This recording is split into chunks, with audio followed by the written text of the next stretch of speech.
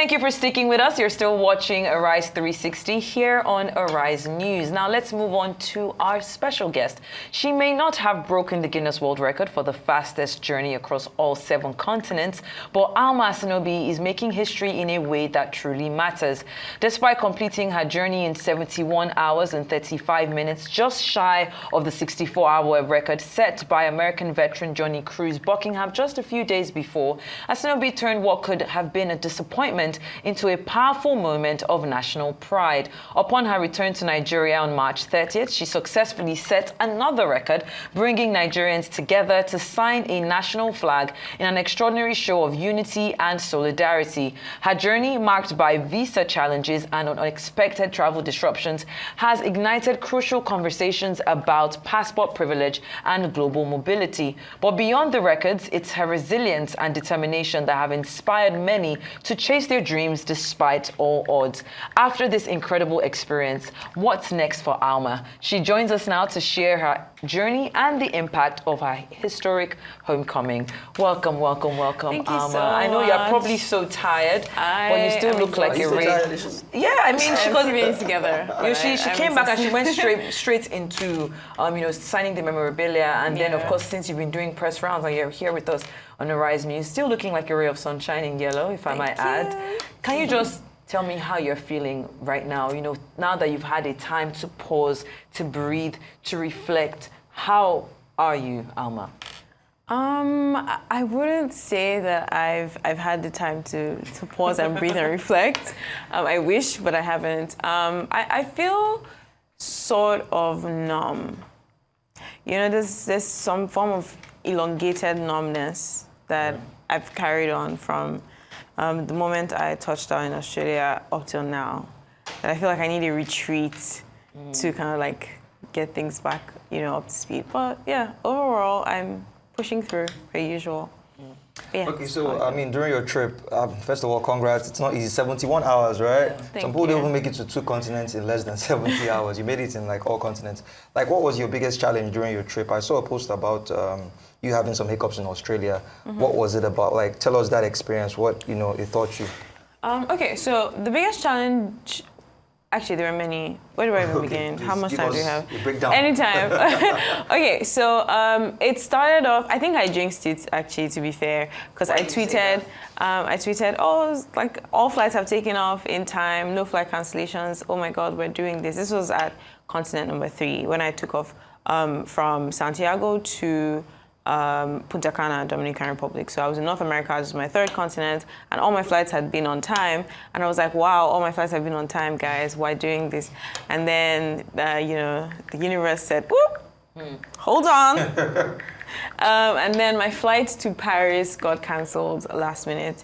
I had 2 options. Those were the only 2 other flights going to Europe. I didn't have tickets on those flights, so it was a bit tricky, but I walked up to the desk to get a flight to Frankfurt. It was a last-minute flight, but they said, we had already talked about the price and everything, and it was good. I was like, wait, can I have your passport? And then I gave the lady at the desk the passport. And you know this thing when they just like flip it open, Once they see that, then turn the cover, and you're just like, oh gosh, I know what's about to happen. And they're like, oh yeah, it's going to take them like over 45 minutes to confirm it, like with the German police and everything, so they will not be able to, because the flight was almost boarding and everything, they will not be able to let me on the flight. And I was like, please.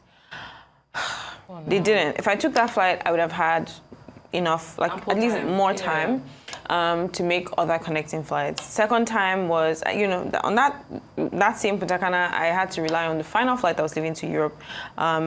Went to Madrid. Now that's where I met the next roadblock, which was the Madrid flight was delayed. So my connecting flight to my flight to Casablanca, Morocco, I couldn't check in online because I was supposed to go to the check-in counter and show them the visa physically.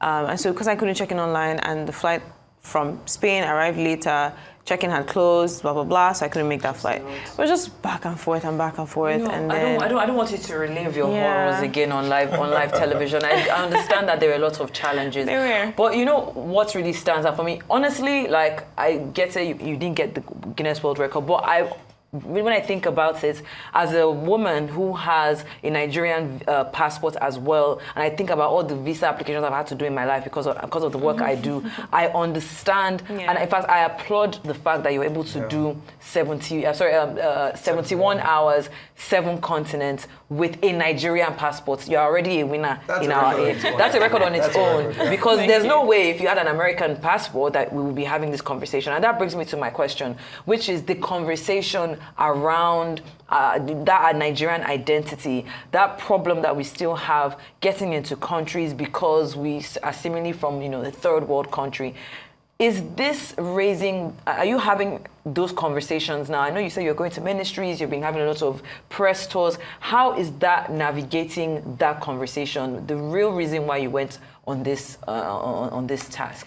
Okay, so I think that there are many stakeholders in this, but I think the main, I would say the main agent of change is the government.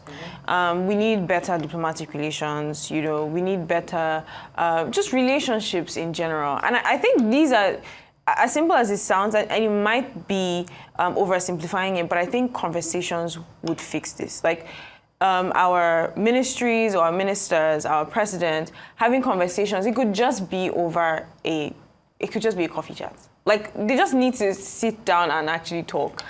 We need better laws. We need better, we deserve better as Nigerians, right? We deserve better, better treatment. I don't think visas are the worst thing to happen. I don't mind applying for a visa. It's just the how.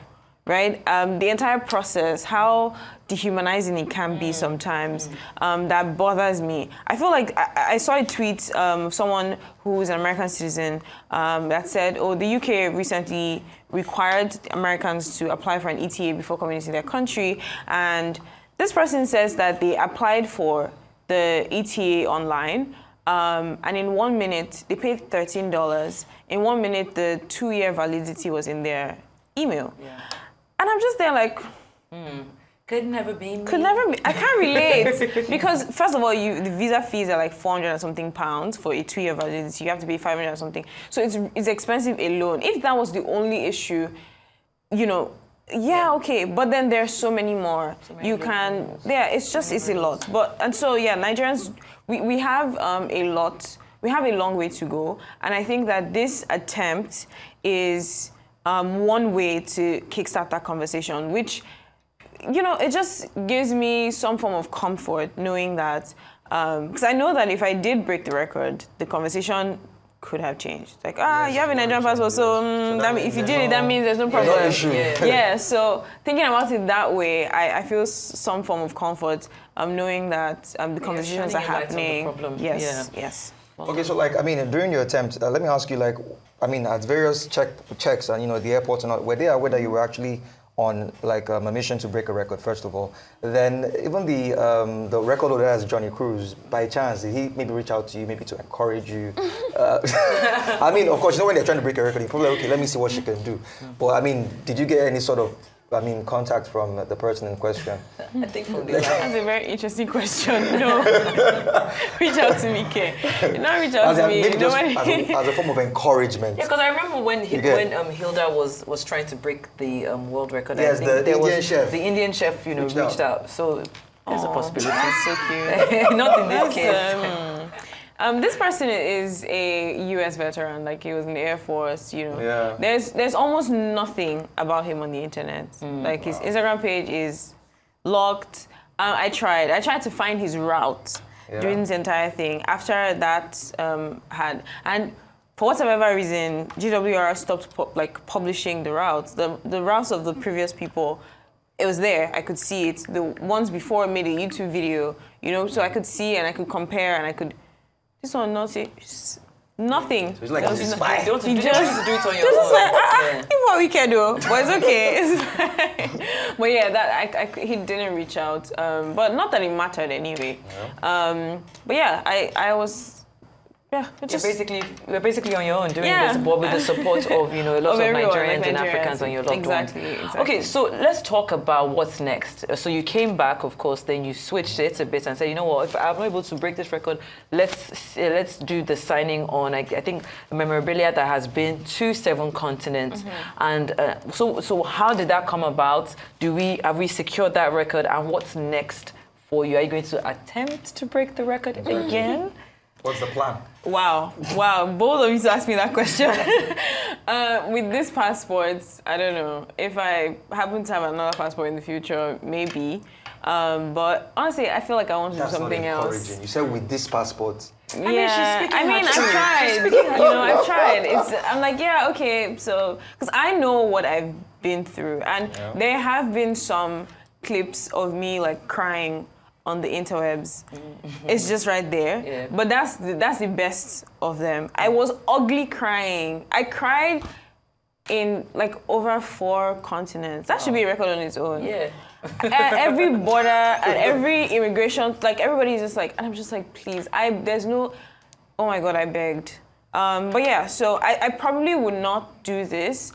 Initially, my goal was to, I wanted to do a project called Project 54, and I think I told you about it last time we spoke. And it was basically just to explore Africa and to talk about the movement in Africa, within Africa. I think one of the most important ways to elevate our passport would be to first promote at inter-Africa home. travel. Right. First of all, if Nigeria has access to all African countries, that takes us from where we are at number 90-something up to maybe 50-something on the ranking. So first of all, it's right there. It's a low-hanging fruit, but we haven't been able to hack that. Yes, so I probably will consider that one, even though that one, it seems like I already know it's kind of harder than this one. But yes, what next for me? First of all, I just need to sleep. I feel like all of this is just like, it's a lot. I haven't rested. Like since I got back, I've been up and about. But to answer your question, this record for the most signatures on a piece of travel memorabilia, it has always been there. A lot of people actually thought that it was a pivot. It was not. It was always there. Okay. I was always going for 2 world records. And this one, the number to beat was 500. And I was trying to get to 1,000 or 2,000 or something really high. But I think a lot of things went wrong. I was focusing a little too much on the first record, and I didn't talk enough about the second one. Oh, okay. And so when I decided, I'm just going to do it and get it over with, we struggled to get like so many people. So many people had RSVP'd. We had over 2,000 people who say, okay, they were going to come. But getting them to show up physically. That day was not exactly the best day.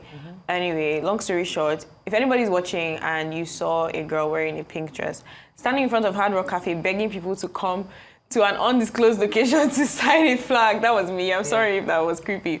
But that day, I had to actually come out. My dad, my mom, my entire family, we were out there in Lekki, and we signed the flag. We had over 600 people come out, and so we hit the number like 604. So that broke the record for that. Thank you so much for coming back and speaking with us, and of course we'll continue to follow up on all the fantastic things that you're doing, Alma Asinobi.